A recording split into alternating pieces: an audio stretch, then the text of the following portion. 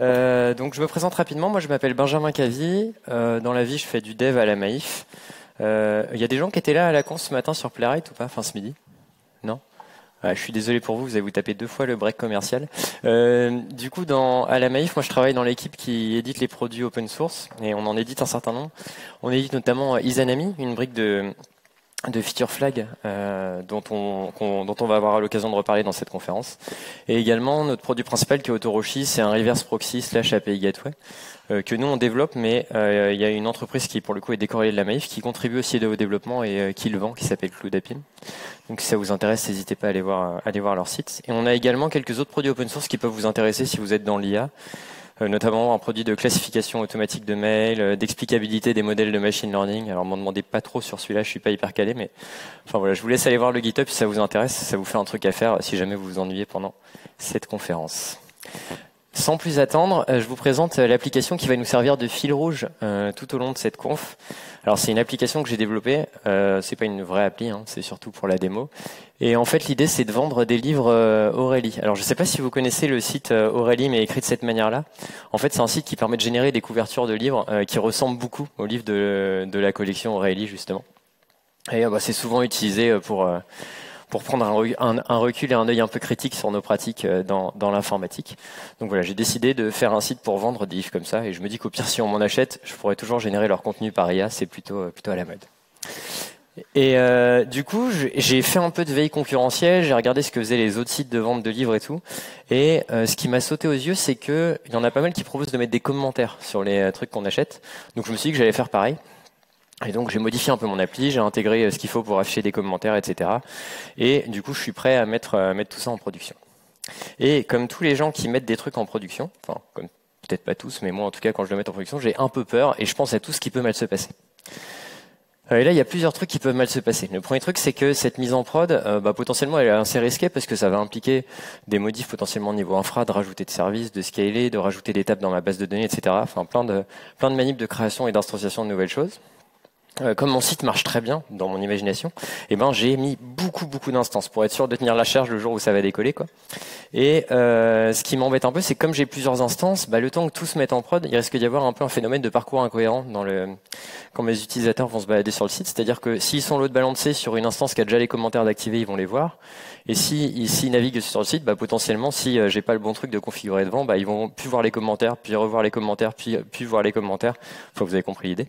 Et du coup, ça m'embête un peu d'avoir ça. Et le dernier truc, c'est que potentiellement, je me suis un peu laissé emporter. J'ai rajouté d'autres trucs que les commentaires dans cette release. Et ce qui fait que j'ai un joli paquet de fonctionnalités à livrer d'un coup. Et ça m'embêterait de devoir rollback tout ça juste parce que j'ai une de ces features qui fonctionne mal. Alors, il y a plein de solutions à tous ces problèmes, plein d'autres que celles que je vais vous présenter. Mais la solution que je vous présente aujourd'hui, ça consiste à séparer en fait la mise en production du livrable, donc c'est-à-dire de votre fichier, de le positionner sur un serveur et de le runner.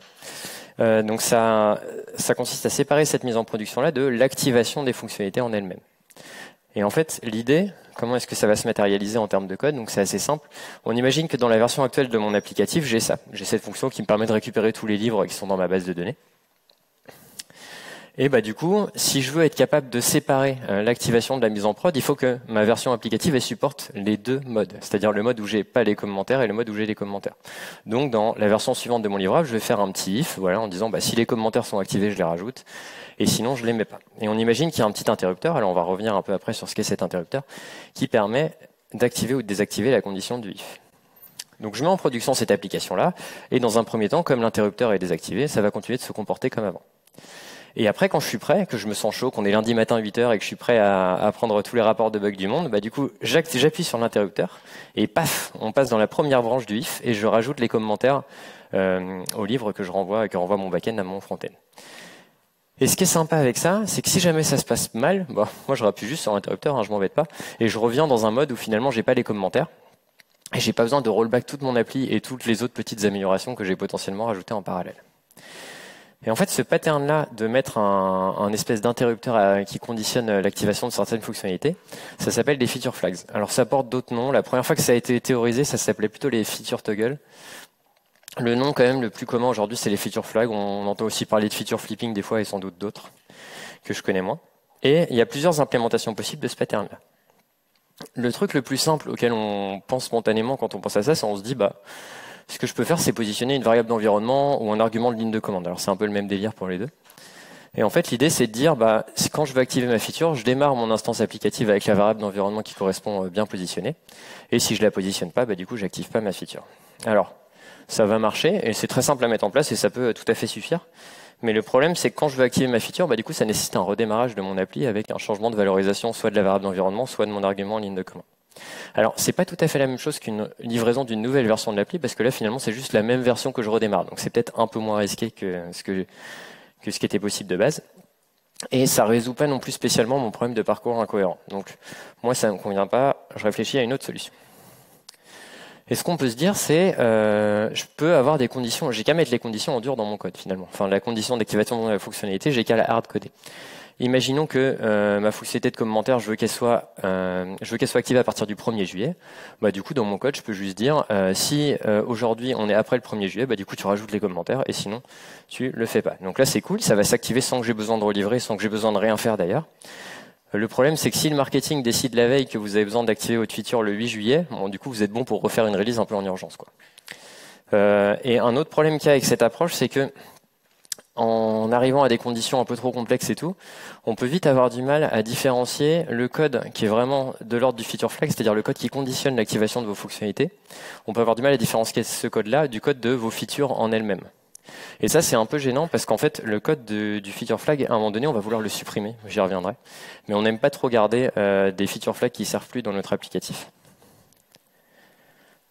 Donc, je réfléchis à une autre solution. Et ce qu'on peut se dire, c'est que finalement, je vais embarquer un système dédié à la gestion du feature flag. Donc, j'en cite deux là dans l'écosystème Java qui s'appelle FF4J et Toggles. Et en fait, ça, l'idée, c'est que mon application, elle embarque un vrai petit écosystème de gestion de feature flag en son sein, sous forme d'une librairie souvent, d'une dépendance. Et du coup, tout cet écosystème-là, il peut vivre soit en mémoire ou soit dans une base de données. Si votre application elle a plusieurs instances, c'est bien de mettre ça dans une base de données, comme ça les instances se partagent les features. Et donc, ça permet de créer nos flags. Si on a une UI FF4J par exemple, on propose on peut se connecter à l'UI dédiée pour modifier l'état de nos features sans avoir besoin de relivrer, etc., etc. Inconvénient évident, ça nécessite une base de données, mais en même temps, il faut ce qu'il faut. Donc ça marche plutôt très bien, mais il peut y avoir des besoins qui font que ça ne correspond pas à ce qu'on veut faire. Notamment, si on veut partager des features entre plusieurs applications. Alors, je pose mon magasin de livres de côté et je vous donne un exemple que nous on a à la Maïf. C'est à la Maïf, des fois on met des nouveaux contrats d'assurance en prod. Là on en a mis un pour les vélos électriques, je crois il n'y a pas longtemps. Je suis pas très au fait des franchises et tout, donc ne me posez pas de questions là-dessus, je vous en prie. Et en fait, l'idée, ça va être que quand on active notre contrat d'assurance de vélo électrique, on va vouloir l'activer dans plusieurs applications à la fois, parce qu'on veut que sur Internet, on puisse faire des devis pour ce contrat-là. Sur l'application de souscription des contrats des gestionnaires, on veut qu'ils puissent souscrire ce contrat-là. Je vous le souhaite pas, mais si jamais vous avez un sinistre avec votre vélo électrique, il faut que notre application de gestion des sinistres soit capable de le gérer, etc., etc. On a plein d'applicatifs comme ça qui ont besoin d'être synchronisés. Et donc dans ces cas-là, ça peut être intéressant de pouvoir finalement distribuer notre flag entre plusieurs applications. Alors, si les applications sont dans la même techno, on peut se dire pas de problème, je prends ce pattern-là, je me dis que j'ai une base de données dédiée au stockage de mes flags et je la partage entre toutes mes applis. Et en vrai, ça marchera sans doute plutôt pas mal. Là où ça devient compliqué, c'est si vos applis sont dans différentes technos. Nous, par exemple, à la Maïf, on a du COBOL. J'essaye de pas le dire trop fort pour pas que ça s'entende, mais moi je sais pas en faire. Mais on a du COBOL et on a du Java et on a du JS. Enfin, on a plein de technos. Et du coup, c'est un peu dur d'appliquer ce pattern-là parce que du coup, il faut que le formalisme et les trucs en base soient le même pour toutes les librairies à travers tous les langages et tout. On voit bien que ça pose quand même quelques problèmes de partage de flags. Et un autre truc dont on peut avoir envie, c'est tout ce qui est autour de l'administration des droits, de dire, voilà, moi je veux que mon feature flag, il n'y ait que telle personne et telle personne qui ait le droit de l'activer, même éventuellement que telle personne qui ait le droit de le voir si c'est vraiment une fonctionnalité très sensible. Et je veux aussi pouvoir faire un peu de suivi, surtout quand mon flag commence à être distribué entre beaucoup d'applications, pour voir, est-ce que ce flag-là il est encore appelé, si oui, par qui il est appelé, est-ce qu'il change d'état régulièrement, etc., etc. Et pour tout ça, une solution qui est assez populaire, c'est d'avoir un système centralisé. Alors un système centralisé, comment est-ce que ça se présente ? L'idée c'est de rajouter dans votre SI une application dont le métier c'est de gérer vos feature flags. Donc là, nous, l'application que je vais vous présenter aujourd'hui, que j'ai mis sur tous les schémas, c'est Izanami du coup. Donc c'est une autre solution à la Maïf de feature flag centralisée qui est open source. Mais il en existe plein d'autres, il y a Launch Darkly, il y a Split, il y en a plein d'autres. Vous tapez Fitureflex sur Internet, vous en trouverez. Et en fait, l'idée, c'est que cette application-là, elle va centraliser tous les flags dont j'ai besoin. Et son rôle, ça va être de répondre aux autres applications quand elles lui demandent dans quel état elles sont au niveau des flags. Et après, on peut avoir plein d'applis, du coup, de plein de technos différentes qui l'appellent. Justement, en parlant d'appel, comment est-ce que ça marche exactement? En fait, l'idée, c'est le truc le plus simple, c'est que votre application cliente, elle va venir faire un appel HTTP à votre brique de Fitureflex centralisé en lui demandant, s'il te plaît, est-ce que tu peux me donner l'état pour cette feature-là? Là, par exemple, on imagine une feature qui conditionne l'affichage d'une nouvelle UI. Et notre brique de Fitureflex centralisé lui répond si elle est active ou non. Donc ça, l'avantage, c'est que c'est hyper simple à appréhender. C'est aussi assez simple à implémenter, puisque dans la plupart des langages savent faire des appels HTTP. Donc du coup, voilà, c'est une bonne manière de commencer. Après, il y a d'autres solutions qui s'appuient sur l'émission d'événements. Alors, nous, dans les Anami, on a implémenté les servers sent event pour faire ça, mais il y a plein d'autres manières de faire. On peut imaginer que vous ayez un broker de messages, une WebSocket, enfin plein d'autres techniques. Et en fait, l'idée, ça va être assez simple, c'est que l'application cliente, elle vient s'abonner d'une manière ou d'une autre à ce flux d'événements, en disant, s'il te plaît, notifie-moi quand l'état de cette feature-là change. Alors, on lui renvoie d'abord l'état initial de la feature pour qu'il l'ait. Et après, si quelqu'un vient modifier l'état de notre flag, du coup, il y a un message qui est émis dans ce truc de message quel qu'il soit pour que l'application cliente elle soit notifiée tout de suite. Et en fait, ça, c'est assez intéressant comme manière de faire parce que ça vous garantit que vos applications clientes, s'il n'y a pas de pain au niveau du réseau ou autre, elles vont toujours avoir le dernier état du flag en mémoire. Elles ne sont pas obligées de faire du polling avec potentiellement le risque qu'entre deux appels de polling, votre feature, elle ait changé d'état et que vous ne l'ayez pas eu. Ou alors de rajouter un appel à votre brique de FeatureFlag à chaque fois que votre consommateur fait un appel, ce qui marche bien, mais ce qui peut, dans certains cas, rajouter une latence qui n'est pas acceptable. Et une dernière manière d'interagir avec cette solution de FeatureFlag centralisée, ça va être les webhooks. En fait, le concept des webhooks, c'est de venir, dans votre solution de FeatureFlag centralisée, déclarer un appel. C'est-à-dire, vous dites, est-ce que quand ce flag-là, il change, tu peux m'appeler sur cette URL-là? Et après, quand quelqu'un vient modifier le flag en question, du coup, votre solution de FeatureFlag centralisée va venir appeler votre application sur l'URL que vous lui avez donnée avec les informations d'activation du flag. Alors, à quoi est-ce que ça sert ça? En fait, c'est utile dans deux cas. Le premier cas, c'est si jamais vous avez, un Teams ou un Slack d'entreprise. Et dedans, des fois, on veut avoir un petit channel avec ce qui se passe sur les features de prod, par exemple. Qui les active, qui les désactive, à quelle heure, etc. Ça permet d'avoir un peu de suivi intégré au sein d'un autre logiciel. Et un autre cas où ça peut être utile, c'est si jamais vous avez une application qui n'est pas en mesure d'appeler Izanami, d'appeler votre brique de FeatureFlag centralisée elle-même, par exemple parce qu'elle ne sait pas faire d'HTTP. Je vous dis qu'on avait du COBOL à la Maïf, c'est un problème qu'on avait jusqu'à récemment de faire des appels HTTP depuis COBOL. Et on peut se dire qu'on met une application proxy entre les deux qui, elle, se fait appeler par Izanami, vient mettre à jour la base de données ou je sais pas quoi, ou le truc auquel le COBOL sait parler, et comme ça, le COBOL peut récupérer l'info de votre flag et voir s'il est actif ou pas. Donc, la solution centralisée, si on résume un petit peu. Du coup, un premier inconvénient que je viens d'essayer de montrer, c'est que c'est relativement simple à appeler et à intégrer. Après, vous avez donc toutes vos features qui sont dans un seul endroit. Et ça a deux avantages. Ça facilite l'administration en termes de gestion des droits, de qui a le droit de faire quoi, etc. Parce que vous avez à le faire qu'une seule fois dans votre brique de flag centralisée. Et ça facilite aussi tout ce qui est rangement. C'est-à-dire qu'une fois que vous avez vos features là, vous pouvez les séparer en projets. Vous pouvez éventuellement avoir un système de tags qui vient regrouper des features qui sont dans différents projets. Enfin bref, vous pouvez ranger un peu ça comme vous voulez pour que tout le monde s'y retrouve.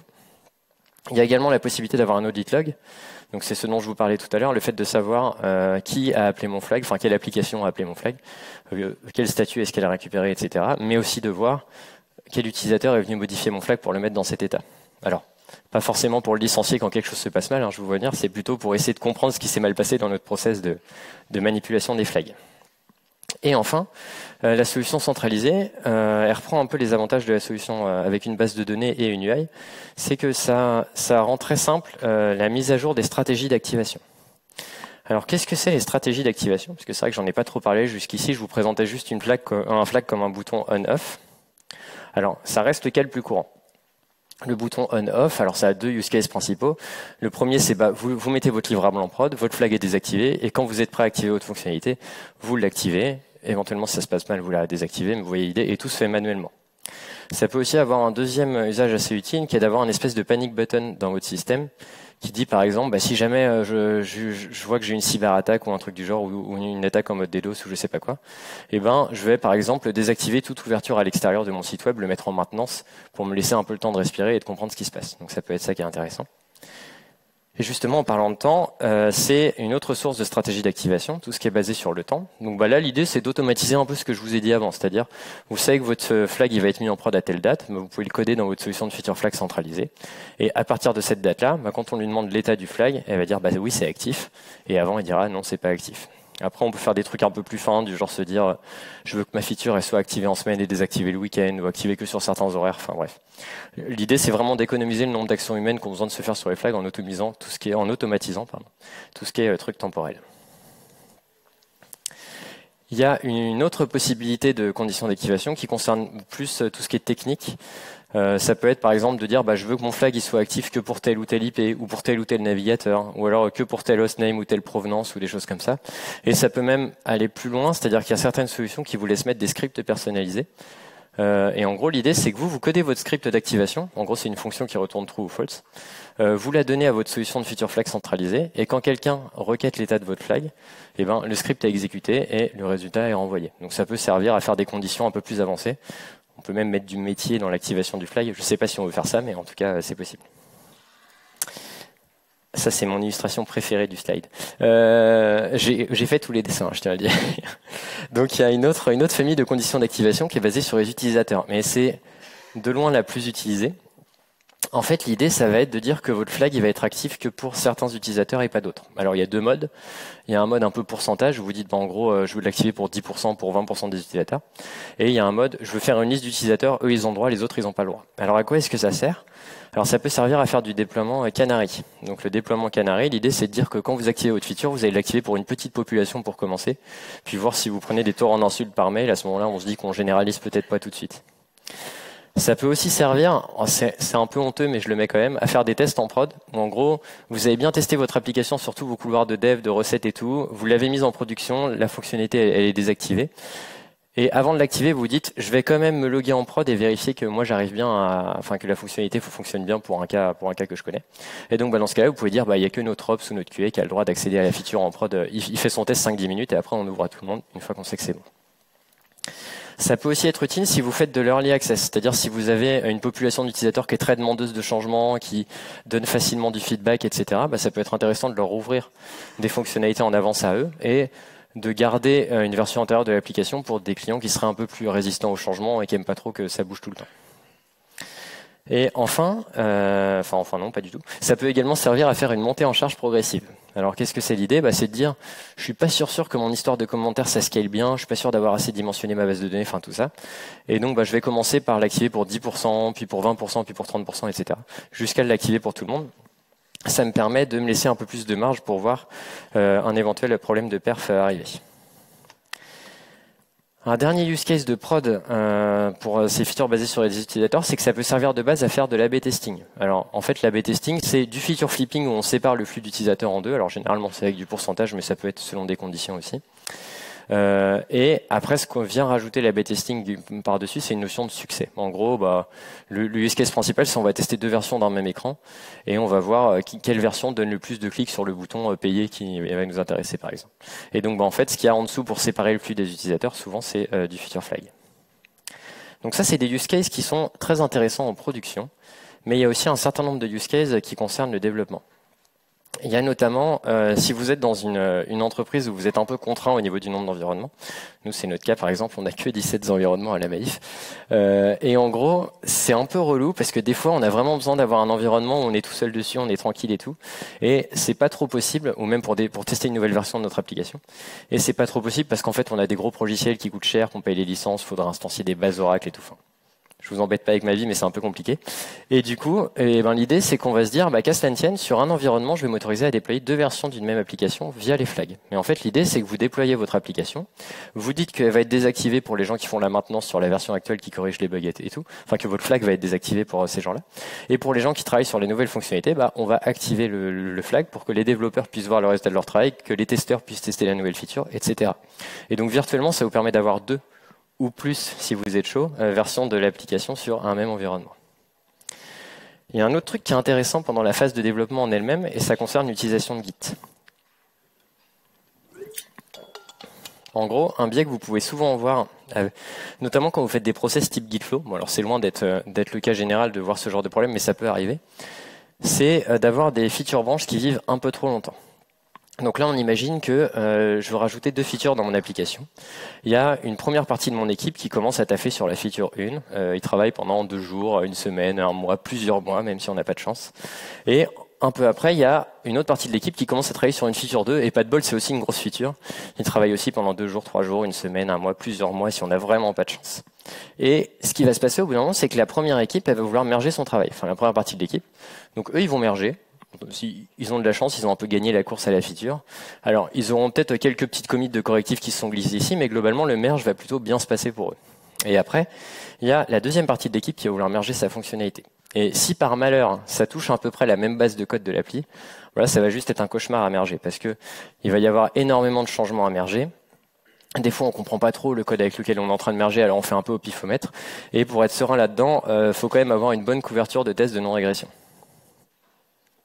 Donc il y a une approche alternative qui ne dispense pas de faire des tests de non-régression, me faites pas dire ce que j'ai pas dit, mais qui est l'approche qui s'appelle trunk-based. Et en fait, l'idée de cette approche-là, c'est de dire qu'on va essayer de rester au maximum sur la branche principale de notre arborescence Git, et qu'on va éventuellement servir des feature flags si on a besoin de cacher ou d'activer des choses. En fait, l'idée, c'est que la première équipe, elle commence à développer la première feature et elle cache l'activation de cette feature-là derrière un flag. Il n'y a que les gens qui bossent dessus qui la voient sur leur poste local, les autres la voient pas. Donc on avance, ils font des commits. Et là, il y a le développement de la deuxième feature qui commence. Bah là, pareil, on fait un deuxième flag qui est désactivé pour tout le monde sauf pour les gens qui travaillent dessus et on avance comme ça.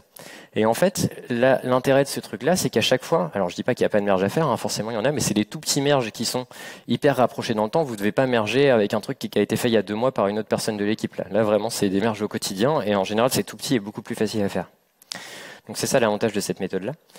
Alors, petit truc sur le trunk-based, c'est pas interdit, notamment quand l'équipe commence à grossir un peu, de faire des feature branches. Mais l'idée générale, c'est qu'il faut quand même pas que ça dépasse quelques jours. En gros, si ça fait plus de 2-3 jours, vous risquez de retomber dans les biais que vous avez avant, mais avec la complexité des flags en plus, donc vous avez un peu tout perdu. Donc il faut essayer quand même de s'astreindre à une certaine rigueur avec ce flow-là. Ok, c'était assez dense en théorie. Ça va, tout le monde est encore à peu près d'attaque? Je vois des gens qui hochent la tête, je vous remercie. Alors maintenant, je vais vous faire une petite démo pour montrer comment est-ce que ça se décline, sur une vraie application entre guillemets. Donc voilà, l'application dont je vous parlais tout à l'heure. Alors je vais zoomer un peu parce que c'est vrai que c'est assez petit. Vous voyez bien au fond? Ouais. Ok. Donc en fait là, j'ai des livres qui sont présentés, voilà, avec un prix, un nombre de stars, etc. Je peux aller voir le détail d'un livre. Moi, j'aime particulièrement celui-là. Et bah là, du coup, j'ai la description du livre qui apparaît à côté. C'est généré par l'intelligence artificielle, c'est une conférence à la pointe. Et donc du coup, voilà. Jusqu'ici, rien de plus. C'est ça mon appli pour l'instant. Et je me dis que bah, justement, je vais vouloir activer 1 ou 2 fonctionnalités en plus dessus. Donc là, j'ai déjà livré ma version suivante de l'application. Je l'ai livré sur mon serveur qui s'appelle localhost. Voilà, je ne sais pas si vous connaissez. Et je vais donc ouvrir mon application de feature flag, donc qui s'appelle Izanami. Donc bon, Izanami, ça fonctionne avec des tenantes, des projects et tout. Je vous épargne le détail, ça c'est du truc de rangement. Et donc j'ai un projet qui est associé finalement à mon magasin de livres. Je vais le passer en light theme parce que je pense que vous verrez sans doute un peu mieux. C'est un peu mieux. Et le premier truc que je vais vouloir faire, je vous parlais du fait de pouvoir ajouter des commentaires sur les livres tout à l'heure. Et ben, on va le faire. Donc là, je vais sélectionner ma feature qui s'appelle Comments. Je vais l'activer. Tac. Voilà. Et si je reviens sur mon livre ici, on voit que maintenant, en plus d'avoir la couverture, le descriptif, j'ai des commentaires également générés, parce que je ne parle pas si bien anglais que ça. Voilà, sur mon livre. Donc là, j'ai activé une fonctionnalité. Vous voyez, je recharge la page, la fonctionnalité est là. Comment est-ce que ça fonctionne en vrai? C'est mon backend. En fait, quand on lui demande le détail d'un livre, il fait un appel à mon instance de feature flag pour savoir si la fonctionnalité de commentaire est activée, et si oui, il joint les commentaires au livre. Un autre truc qui peut être sympa, et peut-être un peu plus temps réel, c'est de rajouter un support téléphonique. En fait, si je vais en bas de mon site, j'ai un petit bouton qui permet d'envoyer un mail à l'heureux propriétaire de ce site. Et je me dis que comme ça va vraiment grossir et bien marcher, je voudrais pouvoir rajouter un support téléphonique. Donc là, ce que je vais faire, c'est que je vais activer la feature. Et là, en fait, mon front-end de l'autre côté, je vais même pas avoir besoin de recharger la page. Vous voyez, le bouton, il est apparu magiquement. En fait, comment est-ce que ça se fait? C'est qu'entre mon front et mon instance d'Izanami, alors ça passe par le back pour des raisons de cores et tout, mais j'ai une connexion de server sent event d'ouvert. Donc je vous en parlais tout à l'heure. En fait, les serveurs sent event, pour ceux qui connaissent pas, c'est un peu comme les WebSockets, mais ça va que dans un sens. Il y a que le serveur qui peut envoyer des infos. Et c'est un peu plus léger en termes de perf, donc nous ça nous va plutôt bien pour notre use case. Et en gros, bah, ça permet, voilà, que vous activez une feature, l'événement comme quoi la feature est activée passe à travers mon backend, arrive à mon front-end, et mon front-end est au courant que la feature est activée, du coup il peut venir se mettre à jour. Donc c'est utile dans ce cas-là, et c'est aussi utile pour le client. Le client au sens librairie cliente, puisque nous avec Izanami on propose une librairie cliente en Java, mais les autres le font aussi. Et en fait, l'idée, ça va être de dire que votre client, il peut garder une connexion serveur sentiment d'ouvert avec votre brique de feature flag centralisée. Et ben comme ça, il récupère toujours le bon état des features qui l'intéressent sans avoir besoin de faire du polling. Donc c'est pas utile que pour vos frontaux. Ok, alors ce que je pourrais vous montrer, c'est, je vous parlais de conditions d'activation tout à l'heure.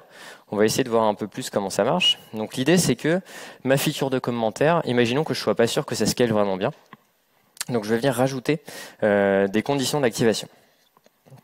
Je vais rajouter une première condition que je vais activer à partir, mettons de, oula c'est petit, je suis désolé, c'est le truc de date natif du navigateur, de lundi prochain. Alors mon système est configuré en anglais, c'est pour ça que les dates sont affichées bizarrement. Et donc je vais dire que qu'elle va être active à partir de lundi prochain. Et je vais définir une stratégie supplémentaire qui va dire, eh ben je veux qu'il y ait que admettons 10% de mes utilisateurs qui y accèdent. Donc je l'active lundi prochain, mais je commence doucement. Je me dis, ok, dans un premier temps, je veux que 10% des utilisateurs qui peuvent l'utiliser. Je vais mettre une deuxième condition où on se dit que si ça se passe bien, bah, potentiellement, peut-être pas à partir de lundi prochain, mais à partir de lundi d'après, eh ben, on va dire qu'on veut qu'il y ait 50% des utilisateurs qui l'activent. Et en fait, on peut augmenter comme ça le nombre d'utilisateurs à qui la feature va être ouverte en augmentant ce pourcentage sur différentes stratégies d'activation. Et on va se dire que bah, la semaine d'après, vraiment là, si rien n'a nécessité de modifier cette stratégie, on est sûr de nous et on va la laisser activer pour tous les utilisateurs. Et en fait, entre ces conditions d'activation, il y a un ou, c'est-à-dire que il suffit qu'il y ait une des conditions d'activation qui matche pour que le flag soit actif. Donc c'est-à-dire que bah, pour la première semaine, il n'y en aura que 10%, pour la deuxième semaine, 50%, etc., etc. Et ce qui peut être intéressant dans ce genre de cas, c'est de se laisser une petite backdoor, si je puis dire, même si ça pose pas de problème de sécurité. Mais en gros, l'idée, ça va être de dire qu'à tout moment, je veux qu'il y ait certains membres de l'équipe qui puissent accéder à la fonctionnalité, même avant la date, pour être sûr que ça fonctionne correctement. Donc on va créer un user qui s'appelle dev et un user qui s'appelle QA. Et on dit que quiconque appelle le flag avec ce username là, en gros, ils auront la feature d'activer. Donc je sauvegarde. Et si je retourne voir mes commentaires, en fait, ils sont activés parce que mon application elle était démarrée avec le user dev. Et si je retire le user dev de la liste, vous allez voir que du coup, ça va la désactiver parce que les 10 premiers pourcents, dans tous les cas, ils auront l'activation qu'à partir de lundi prochain. Hop, voilà. Voilà, impeccable. Donc là, je me suis enfermé en dehors de mon flag. Ok, donc ça c'est pour montrer un petit peu ce qu'on peut faire avec les conditions, les dates, etc. Je vous parlais tout à l'heure d'un autre type d'activation de feature un peu plus technique, c'est le script. Et en gros, donc l'idée, ça va être de créer un script qui va être appelé à chaque fois que l'état de votre flag va être demandé. Enfin, qui va être exécuté à chaque fois que l'état de votre flag va être demandé. Et histoire de vraiment faire du truc, du custom et du sur-mesure pour votre cas. Alors, nous, à la Maïf, on a développé une brique qui est également open source, si ça vous intéresse, mais qui est utilisée par nos produits principalement. Et en fait, l'idée de ce truc-là, c'est de compiler quelques langages. On a une petite section de langages possibles, JavaScript, Go, Rust et d'autres sans doute. Et de prendre ça et de le compiler en Wasm. Alors, est-ce que tout le monde est familier avec ce que ça veut dire Wasm ? Bon, c'était une question rhétorique, je vais expliquer quand même. En fait, Wasm, alors à la base, c'est un truc qui vient du navigateur où on pouvait compiler un langage autre que JavaScript dans un format un peu binaire que le navigateur peut lire et ça tabassait niveau perf. Et en fait, ça a tellement bien marché que c'est sorti du navigateur avec un truc qui s'appelle Wasi, mais bon, tout le monde dit Wasm par abus de langage. Et en fait, Wasi, ça permet d'avoir des runtime pour ce langage compilé, donc pour le Wasm, dans plein d'autres runtime. Donc nous, par exemple, Izanami, il est fait en Scala. Donc il tourne sur la JVM et en fait il existe des runtime pour la JVM qui permettent d'exécuter du Wasm. Et en fait l'intérêt de ce truc là, en plus de permettre à l'utilisateur d'écrire des scripts dans les langages un peu qu'il veut, ça va être que niveau sécu c'est pas mal. Parce qu'en fait ce runtime là il garantit que l'exécution du script il va être sandboxé, c'est-à-dire qu'il peut pas dépasser un certain espace mémoire, etc. Il peut pas faire d'appel sortant si on l'a pas autorisé à faire d'appel sortant. Si on l'autorise, il faut dire vers quel type d'host il a le droit de le faire et tout. Donc on laisse des scripts qui sont pas à nous tourner dans notre brique de feature flag, mais il y a quand même un certain nombre de garanties qui font que ça devrait plutôt bien se passer. Et donc en fait, cette brique-là, elle permet de prendre un script Wasm et de le compiler. Donc là, moi, je l'ai fait en JS. Je vous décris juste rapidement ce que ça fait. Est-ce qu'il y a des gens qui utilisent Firefox dans la salle comme navigateur principal ? Ah super, il y a plein de gens. Et ben moi aussi, moi j'aime beaucoup Firefox. Et en fait, des fois, ça m'arrive, je vais sur des sites un peu type site institutionnel ou des trucs dans le genre, et j'ai un petit message ultra irritant qui me dit que mon navigateur est pas supporté, alors que c'est la dernière version de Firefox, que ça marche très bien et tout. Et donc ça, moi, ça a tendance à me rendre fou. Et je me dis que je vais faire un flag qui fait exactement l'inverse. C'est-à-dire que sur mon magasin de livres, les gens qui viennent pas avec Firefox, ils vont avoir un truc qui leur dit que leur navigateur est bien supporté. Bien fait pour eux. Donc en fait, l'idée du script, c'est on va prendre une chaîne de caractères en entrée. Alors en réalité, c'est du JSON, mais là on va le garder en chaîne de caractères, ça suffira pour l'instant. Et on va venir dire que notre feature elle est active que si le navigateur contient pas Firefox. Et en fait, si la feature est active, il y a un petit message qui va s'afficher en disant votre navigateur n'est pas supporté. Alors, je pourrais le compiler là. Je suis pas sur mon Wi-Fi, j'ai le proxy d'entreprise et tout. Il y a tout un tas de trucs qui font que ça peut mal se passer. Donc j'en ai précompilé une version avant le talk sur ma 4G. Et du coup, ce truc-là, je vais pouvoir le référencer dans mon instance d'Izanami. Donc ma feature qui s'appelle Browser Support, je vais déjà l'activer. Et je vais lui dire que sa condition d'activation, c'est un script WASM. On va l'appeler Firefox Forever, par exemple. On va dire que c'est un script qui vient donc de ma brique distante. C'est aussi possible d'embarquer les scripts dans Izanami pour éviter d'avoir à instancier une brique en plus. Donc je lui donne le script que je veux intégrer. J'en ai qu'un seul, c'est facile. Et donc là, voilà, j'ai ma feature qui est activée. Si je recharge mon application, là je suis dans Firefox, donc tout se passe bien. J'ai pas de message. Et si j'ouvre un autre navigateur, donc là je prends Chromium. Ouais, j'ai un petit message, bon ça va, je suis resté soft comme j'empêche pas d'utiliser le site, mais qui du coup dit que le navigateur n'est pas supporté. Alors comment est-ce que ça marche? En fait c'est pas vraiment de la magie pour le coup. J'ai dans mon front-end, j'appelle Izanami et je lui dis en gros, est-ce que tu peux me donner l'état de ma feature qui correspond au browser support? Et en fait dans Izanami, alors le cas nominal c'est d'appeler les features avec un get pour juste récupérer l'état de la feature, mais pour les features en mode script c'est également possible de passer un payload, et là dans le payload je lui envoie du coup le user agent du navigateur, et c'est ça dans mon script WASM où je vais voir si ça contient Firefox ou pas. Donc c'est possible pour ces scripts là de passer des données supplémentaires si on a besoin d'avoir une évaluation un peu plus sioux. Ok, et puis bon, mon truc de navigateur supporté, bon, ça a bien fait marrer mes collègues pendant 2 minutes, et puis après ils en ont eu un peu marre, et on se dit qu'on va peut-être pas l'envoyer en prod non plus, quoi. Donc, ça me donne l'opportunité de vous montrer comment marchent les environnements dans Izanami. Alors, on n'a pas une notion d'environnement à proprement parler, on a une notion de contexte. En fait, les contextes, bon, c'est comme des environnements, mais un peu plus large, c'est-à-dire que ça peut servir potentiellement à avoir d'autres choses que des environnements. Et donc là, dans mon cas, je vais créer un contexte qui s'appelle prod.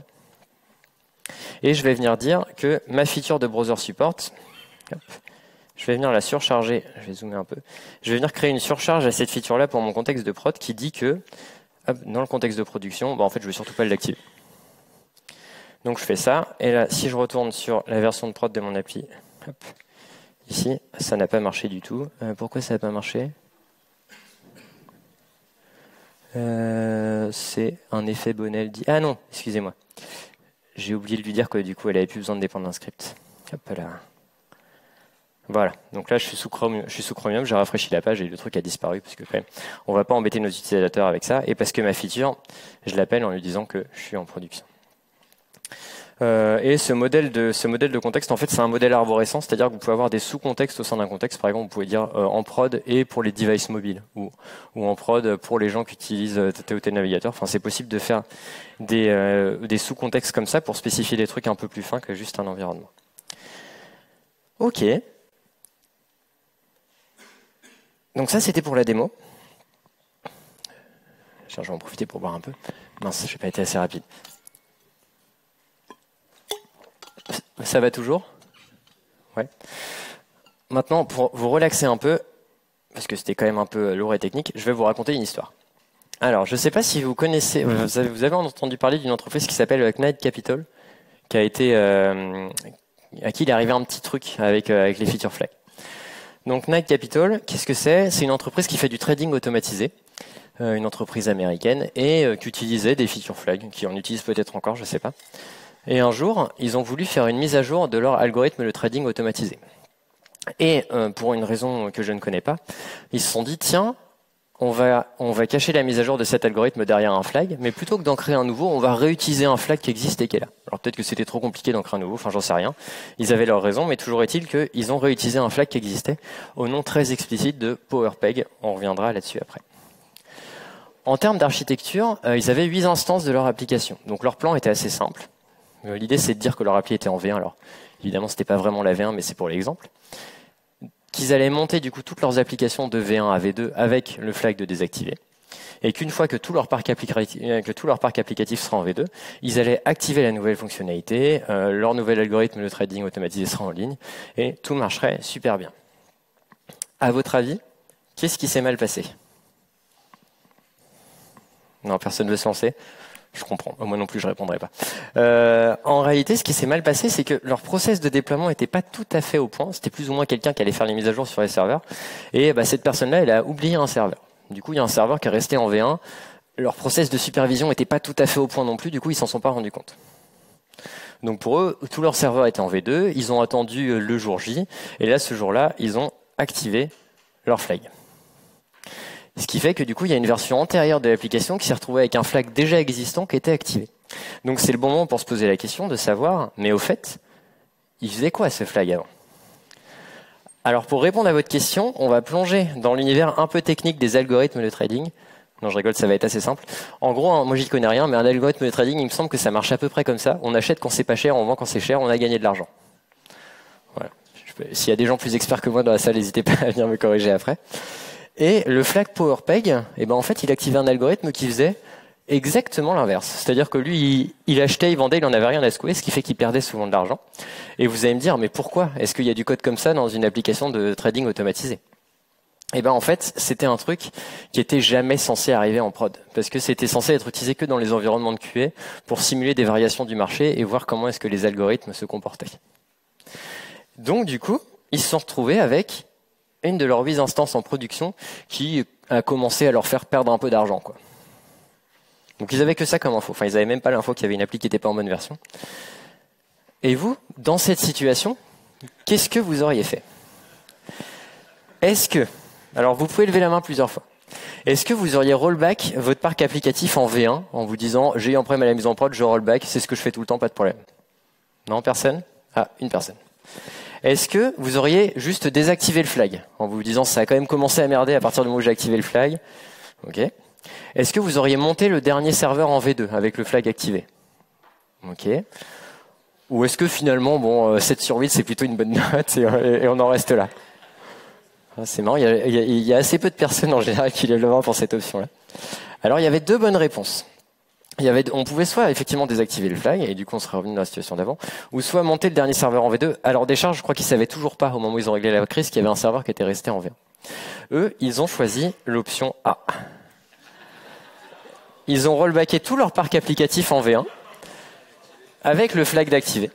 Et du coup, plutôt que d'avoir une appli qui perdait de l'argent très vite, ils avaient l'intégralité de leurs applis qui perdaient de l'argent très vite. Ils ont perdu un petit peu d'argent. Voilà. Puis après, ils ont perdu encore plus d'argent. Et ils ont perdu une 3e fois de l'argent parce qu'à un moment donné, ils se sont quand même pris une amende de l'autorité de régulation financière parce qu'a priori, leur algorithme faisait un peu n'importe quoi. En même temps, c'était pas un algorithme de prod. Bon, au-delà du fait que ce soit drôle, enfin drôle pour nous, j'imagine que pour eux, ça a dû être moyennement drôle à l'époque. Quelle leçon est-ce qu'on peut tirer de tout ça? Alors, le premier truc, c'est d'essayer, dans la mesure du possible, de jamais réutiliser les flags. Parce qu'en fait, un flag qui faisait autre chose dans une version d'avant, on ne sait jamais ce qui peut se passer. La version d'avant peut revenir en prod, etc. On l'a bien vu là. Ça peut poser de gros problèmes. Le deuxième truc, c'est, alors ça, je sais qu'on dit ça pour tout en informatique, mais c'est particulièrement vrai pour les flags, c'est d'essayer d'utiliser des noms clairs, de mettre une description claire en plus du nom pour que tout le monde soit au clair, ça fait beaucoup de fois clair, sur ce que fait le flag. Et pas qu'on se dise, tiens, c'est quoi ce truc, je vais l'activer, on verra bien. Si le déploiement se passe mal, effectivement, le bon réflexe, vous activez votre flag, ça se passe mal, vous le désactivez, et puis comme ça vous laisse le temps d'analyser un peu. Vous pouvez rollback après l'avoir désactivé si vraiment il y a un problème, mais c'est ça le cas un peu nominal. Et enfin, le truc le plus important, et si vous devez retenir qu'un truc de cette presse, à part le fait que la Maïf édite de super produits open source, c'est qu'il faut que vous décommissionniez vos flags. En fait, ça c'est hyper important avant de se lancer dans un process de feature flag, de mise en place de feature flag. C'est hyper important d'avoir une stratégie claire sur le décommissionnement de vos flags. C'est-à-dire, en gros, le cas nominal, c'est vous créez votre flag qui cache votre nouvelle feature, vous mettez en prod, vous activez votre flag, vous attendez N temps, et si ça s'est bien passé, vous dégagez le flag de votre système centralisé et évidemment de votre code. Pourquoi est-ce que c'est hyper important? Déjà parce que, en fait, plus vous avez de flags, plus vous avez d'états théoriques de votre application. Déjà, si j'ai 2 flags, j'ai 4 états possibles. Parce que je peux avoir les 2 d'activer, les 2 de désactiver, un d'activer pas l'autre, l'inverse, donc ça fait 4. Et en fait, plus le nombre de flags augmente, plus ça augmente de manière exponentielle finalement le nombre d'états possibles. Alors bon, si les flags portent pas sur la même partie de votre appli, c'est peut-être pas très grave d'en avoir beaucoup, mais il n'empêche que ça pose problème. L'autre truc, c'est que si vous avez beaucoup de flags, ça fait que dans votre code, grossièrement, vous allez avoir beaucoup de if-else. Et au bout d'un moment, il y a des if ou des else qui vont plus jamais servir. Vous le savez peut-être parce que vous savez que ce flag-là, il a été activé il y a 6 mois, que tout s'est bien passé et que ça va.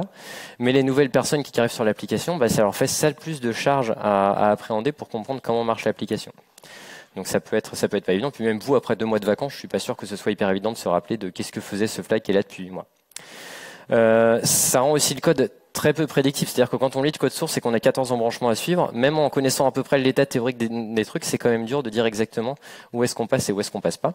Et enfin, si vous voulez tester tous les cas de tous les flags, comme on l'a vu dans la slide d'avant, ça fait un petit nombre de tests à écrire quand même. Donc, je le répéterai jamais assez, c'est hyper important de décommissionner vos flags.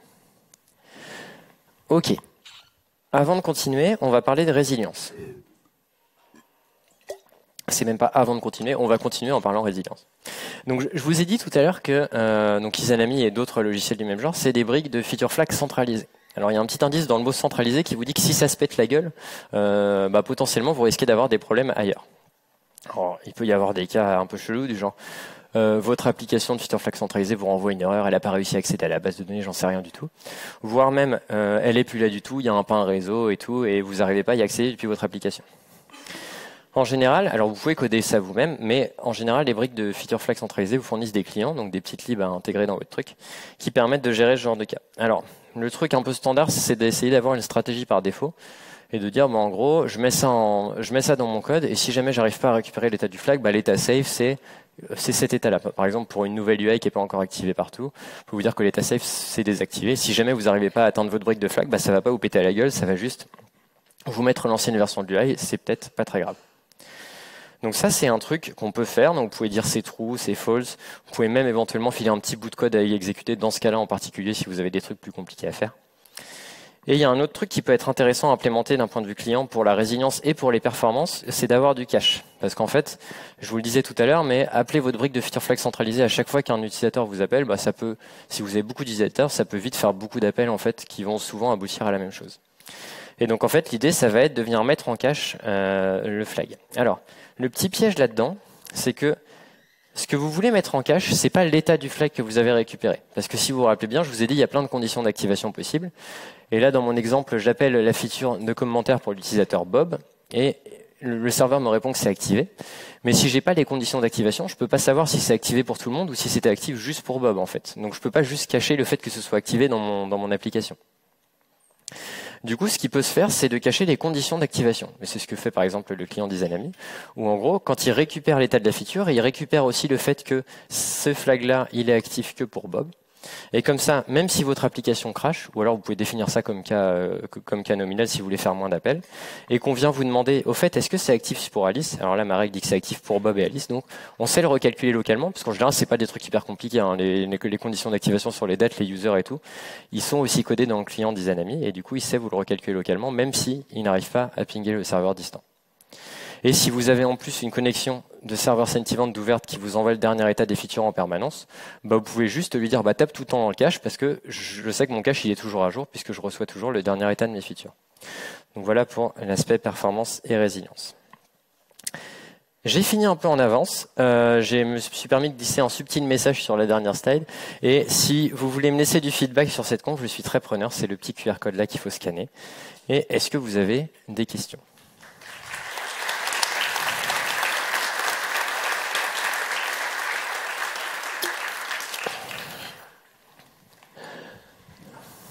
Oui, alors je vois qu'il y a une question là-haut. Ouais. Ouais, pas de problème, je vais répéter. Vas-y, je t'écoute pour ouais.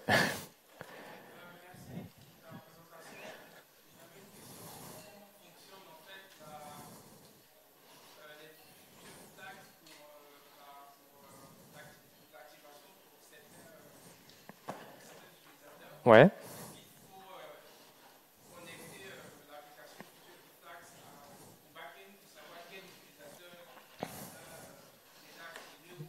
Ok. Alors c'est une bonne question. Il faudrait vraiment que je rajoute une slide dessus parce qu'on me la pose tout le temps. Oh, j'ai rajouté une slide dessus, incroyable.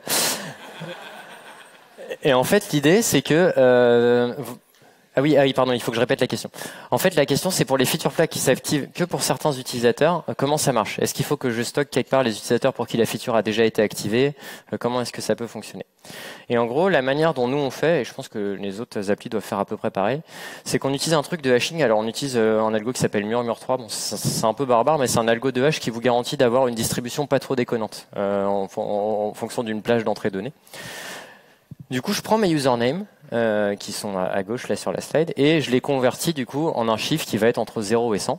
Et bah du coup, si votre flag il est activé que pour 10% des utilisateurs par exemple, et ben il y a que les users qui sont tombés entre 0 et 10 qui vont avoir le flag d'activer et les autres l'auront pas d'activer. Donc ça vous garantit qu'un utilisateur qui a eu le flag d'activer une fois, bah du coup il l'aura toujours et ça va pas changer à chaque fois que la page se rafraîchit parce que ça c'est un peu chiant. Et le deuxième truc, il y avait un deuxième truc. Il n'y avait peut-être pas de deuxième truc. Et sinon, il y a une autre stratégie où on peut du coup lister explicitement les utilisateurs qui ont le droit de le faire dans la plateforme de flag centralisée. Mais effectivement, ça nécessite que l'application qui appelle la brique de flag centralisée m'envoie une chaîne de caractères qui est constante. Alors, si c'est pas un username parce que vous êtes en mode non connecté, ça peut être un truc généré aléatoirement que vous stockez dans le local storage et que vous renvoyez à chaque fois. Enfin, peu importe ce que c'est, mais il faut que vous soyez capable d'envoyer un ID de manière cohérente pour votre utilisateur. Je crois qu'il y avait une autre question par là-bas tout à l'heure. Ah, oui ou là, Bonjour. Merci pour le talk. J'avais une question par rapport aux features qui nécessitent par exemple des changements de structure de base de données ou autres services externes. Comment vous faites pour gérer en switchant comme ça? Il n'y a pas que le code impacté, il y a aussi toutes les parties migration et tout. Vous faites comment pour gérer ça? Alors moi ce que j'aurais tendance à faire, mais après ça dépend vraiment des cas. Est-ce que la migration de base de données est rétrocompatible, etc. Mais si c'est rétrocompatible, ce que j'aurais tendance à faire, c'est je mets en prod mon appli, je fais passer mon script de migration sans activer la feature, et au moment où je suis sûr que tout a marché, en fait, je considère dans ce cas-là que la migration de la base ça fait partie de la mise en prod finalement. Et au moment où tout s'est bien passé, j'active ma feature. Et sinon, ça doit être possible de conditionner l'activation du script de base de données à un flag, mais c'est peut-être un peu plus touchy à faire. Ouais, il y avait une question là-bas. Il y a une autre juste à côté, je crois. Donc c'est bien, ils pourront se passer le micro. Merci pour la présentation. Alors j'avais une question par rapport à plus de retour d'expérience sur le décommissionnement justement. Ouais. Techniquement, donc les devs vont plutôt mettre des feature flags dans le code et c'est a priori pas eux qui vont activer en production. Donc comment on fait en pratique ce retour de c'est bon, c'est activé définitivement en prod et comment on fait pour être sûr qu'on peut décommissionner et que la communication se fasse bien dans toute l'échelle de la boîte? Ok, alors c'est une question un peu organisationnelle pour le coup. Alors chez nous, ça peut être les devs qui activent le truc en prod, donc ça dépend vraiment de leur gars. Mais on peut se dire que quand on active le flag, on laisse filer un certain temps et on fait régulièrement une passe, voire même on met une alerte sur la brique de feature flag qui dit attention, tous les flags qu'on pas renvoyer autre chose que true depuis 6 mois avec notre audit log, on envoie un petit mail ou un message ou une notification ou que sais-je encore pour dire attention, ces flags là ils ont pas bougé depuis longtemps, il faudrait peut-être les décommissionner. Alors en gardant en tête qu'il peut y avoir quelques flags qui sont pérennes. Je parlais de panic button au début là pour passer tout le site en maintenance et tout. Ça, même si ça reste en soi, c'est pas dramatique parce que c'est son but de rester jusqu'à ce qu'on en ait besoin. Comment vous gérez la collision entre deux feature flags? Alors, c'est-à-dire par exemple, sur les commentaires, il y a des étoiles avec. Si on veut désactiver les étoiles, mais qu'on a, si on veut activer les étoiles, mais qu'on a désactivé les commentaires, du coup. D'accord. Alors, c'est une bonne question. Alors, il y a certaines solutions de feature flag centralisées qui permettent de renvoyer autre chose que true ou false, qui permettent de renvoyer des flags à plus d'états, donc ce qui permet de gérer ce cas-là. Alors après, le piège de ça, c'est de pas tomber non plus dans la configuration. C'est-à-dire, on se dit, on a notre brique de feature flag qui peut retourner ce qu'on veut, et si on retournait l'URL de connexion à la base de données, ou ce genre de truc, j'exagère un peu, mais vous voyez l'idée. Donc il y a certaines solutions qui permettent de le faire comme ça. Et sinon, alors nous dans les Anami, c'est pas encore un truc qu'on permet, c'est sur la roadmap. Mais ce que j'aurais tendance à dire, c'est de faire peut-être une feature en mode script qui va vérifier l'état de la feature d'à côté avant d'activer le truc.